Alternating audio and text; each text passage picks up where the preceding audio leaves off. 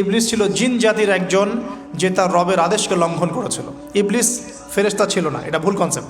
এমন না সে ফেরেশতা ছিল পরে শয়তান হয়ে গেছে, না, সে কখনোই ফেরেশতা ছিল না, সে জিন জাতির একজন ছিল। বিকজ এই পৃথিবীতে মানুষের আগে জিন জাতির অবস্থান ছিল। এর পূর্বে হয়তো আরও কিছু ছিল, আমরা জানি না, আল্লাহ পাক গোপন করে দিয়েছেন, আমরা জানি না। এখন ইবলিস সেজদা করেনি কেন? বিকজ সে বলেছিল খলাকতানি মিন নার ওয়া খলাকতাহু মিন তিন, আমাকে সৃষ্টি করেছেন আপনি আগুন দিয়ে, আদমকে সৃষ্টি করেছেন মাটি দিয়ে, কেন আমি আদমকে সেজদা করব? সে আদমকে সেজদা না করে এটা প্রমাণ করতে চাচ্ছে যে আল্লাহ আপনি ভুল, আমি সঠিক। নাউজুবিল্লাহ। এটাকে বলা হয় বাতিল কিয়াস, বাতিল কিয়াস, ভুল কিয়াস। এবং শুধু তাই নয়, আল্লাহ রাব্বুল আলামিন তাকে ওয়ার্ন করার পরেও সে কিন্তু ইউটার্ন করে তওবা করে ফিরে আসে নাই। সে তার মতের উপর অটল ছিল। পক্ষান্তরে আমাদের পিতামাতা যখন ফল খেয়ে ফেলেছেন জান্নাতে, যখন পোশাক খুলে গেছে, জান্নাতের পোশাক খুলে গেছে, ফল খাওয়ার পর প্রথম যে ঘটনা ঘটেছে, গায়ের পোশাকটা খুলে গেছে। দেখেন, সর্বপ্রথম আমাদের পিতামাতাকে জান্নাতে ফেরেশতাদের সামনে ইবলিস নগ্ন করে দিয়েছে। এটা ছিল আমাদের প্রতি ইবলিসের সবচেয়ে বড় আঘাত। শুরুতে, প্রথম আঘাত, শুরুতে শিরক করাতে পারে নাই, বেদাত করাতে পারে নাই, হারাম খাওয়াতে পারে নাই ইত্যাদি। শুরুতে আমাদের পিতামাতাকে সে অবাধ্যতায় লিপ্ত করে গা থেকে জান্নাতের পোশাকটা খুলে ফেলে দিয়েছে। এখান থেকে আমাদেরকে বুঝতে হবে আজকের এই গ্লোবাল সোসাইটিতে আমরা যে নগ্নতার এই ভয়াল থাবা এবং প্রদর্শনী দেখছি, এটা ওই আসমানের ওই যে ইবলিসের যে চক্রান্ত, তার এই জমিনে বাস্তবায়ন হচ্ছে এখন। বুঝাতে পারিনি মনে হয়, আল্লাহ মাফ করুন। ইবলিস আমাদের পিতামাতার গা থেকে কাপড় খুলে ফেলে দিয়েছিল। সূরা আরাফে আল্লাহ পাক এটা বলেছেন, ইয়ানজিউ আনহুমা লিবাসাহুমা লিইউরিয়াহুমা মিন সাওয়াতিহিমা। হে বনু আদম, তোমরা সতর্ক থেকো, তোমাদের পিতামাতার গা থেকে কিন্তু ইবলিস কাপড় খুলে ফেলেছিল, তোমরা পৃথিবীতে গিয়ে আবার সেই কাজ করো না। তাহলে এখন আমরা একটু বুঝতে চেষ্টা করি, ইন্টেলেকচুয়াল অডিয়েন্স সবাই আমরা, আমাদের ক্রিটিক্যাল থিঙ্কার্স দরকার। তাহলে এখন যে সোসাইটির মধ্যে নগ্নতার, বেহায়াপনার সয়লাভ চলছে, every single city and country, including Dhaka, the city of Akhiruzzaman, সেটাও। তো দেখেন কোথায় আপনি মানে শালীনতা পাচ্ছেন। ইসলামিক কান্ট্রি হিসেবে আলহামদুলিল্লাহ এখানে অনেক কিছু পান। ওয়ার্ল্ডের অন্যদিকে তাকিয়ে দেখুন। তার মানে ইবলিসের ওই এজেন্ডা এখন পৃথিবীতে কিছু মানুষ বাস্তবায়ন করছে। তাদের সাথে ইবলিসের একটা যোগসূত্র আছে আদর্শিক। আল্লাহ পাক আমাদের মা বোনদেরকে বেপরদামি থেকে হেফাজত করুন এবং আমাদের চোখগুলোকে আল্লাহ পাক পবিত্র করুন। আমি কিভাবে আপনি চোখ নামিয়ে চলবেন এই সমাজের মধ্যে, এটা এত সহজ নয়। আমরা খুব ভালো করে জানি এটা এত সহজ নয়। তো দেখুন, অনেক ভিতরে চলে যাচ্ছি। আদম আলাইহিস সালাম, হাওয়া আলাইহিস সালামকে সর্বপ্রথম নগ্ন করে দিয়েছে ইবলিস। তারা কিন্তু তওবা করে ফিরে এসেছেন। কি সেটা? রব্বানা, আমরা বলি রব্বানা যালামনা আনফুসানা ওয়া ইল্লাম তাগফির লানা ওয়া তারহামনা লানাকুনান্না মিনাল খাসিরিন। যখনই আমাদের পিতামাতা বুঝতে পারলেন যে তারা একটা ভুল করে ফেলেছেন, তখন তারা তওবা করে ইউটার্ন করলেন আল্লাহর দিকে, যেই কাজটা ইবলিস করে নাই। এই কাজটা ইবলিস না করার কারণে সে কাফের হয়ে গেছে, চিরস্থায়ী জাহান্নামী হয়ে গেছে। আর এই তওবা করে ফিরে আসার কারণে আমাদের পিতামাতা জান্নাতি হয়ে গেছে।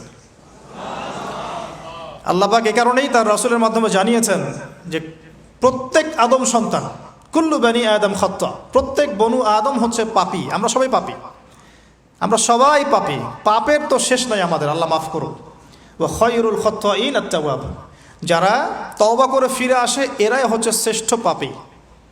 জীবনের যে কোনো সময় যদি কেউ খালেসভাবে আল্লাহর দিকে তওবা করে ফিরে আসতে পারে, আল্লাহ পাক এক মুহূর্তের মধ্যে তার আমল নামার সমস্ত গুনাহ মাফ করে নেকি দিয়ে পরিবর্তন করতে পারেন। এগুলো হাদিস থেকে বলছি, ডিটেলস বলতে পারছি না আমি, কোডগুলো।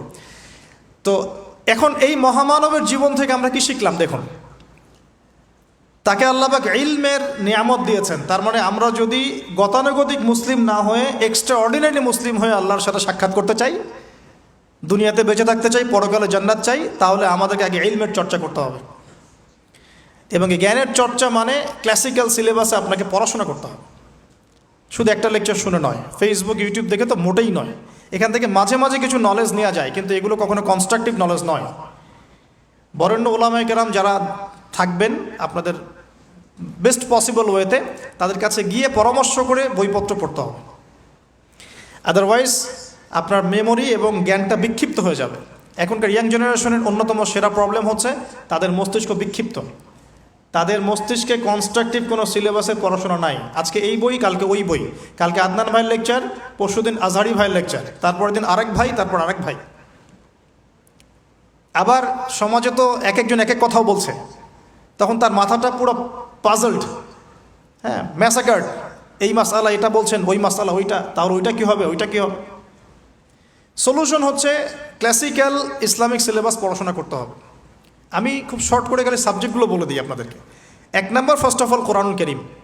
কোরআনুল কারীমের মধ্যে থাকবে authentic recitation, translation, Quranic grammar এবং অ্যারাবিক ল্যাঙ্গুয়েজ, 4টা বিষয়।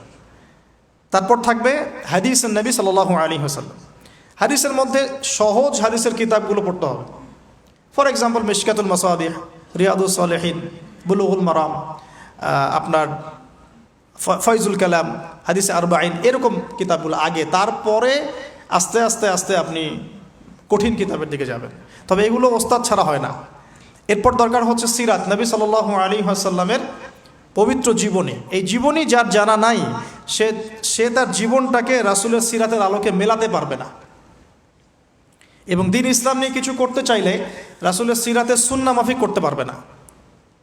এরপর দরকার ইকোনমিক্সের জ্ঞান, ইসলামিক ইকোনমিক্স অবশ্যই। তারপরে দরকার হচ্ছে ইসলামিক ইতিহাসের জ্ঞান, ফিকহের জ্ঞান, আকীদার জ্ঞান, উসুলের জ্ঞান। এভাবে একটা কনস্ট্রাকটিভ সিলেবাস দাঁড়ায়। তারপরে গিয়ে একজন মানুষের জ্ঞানটা পাকাপোক্ত হবে ইনশাআল্লাহ।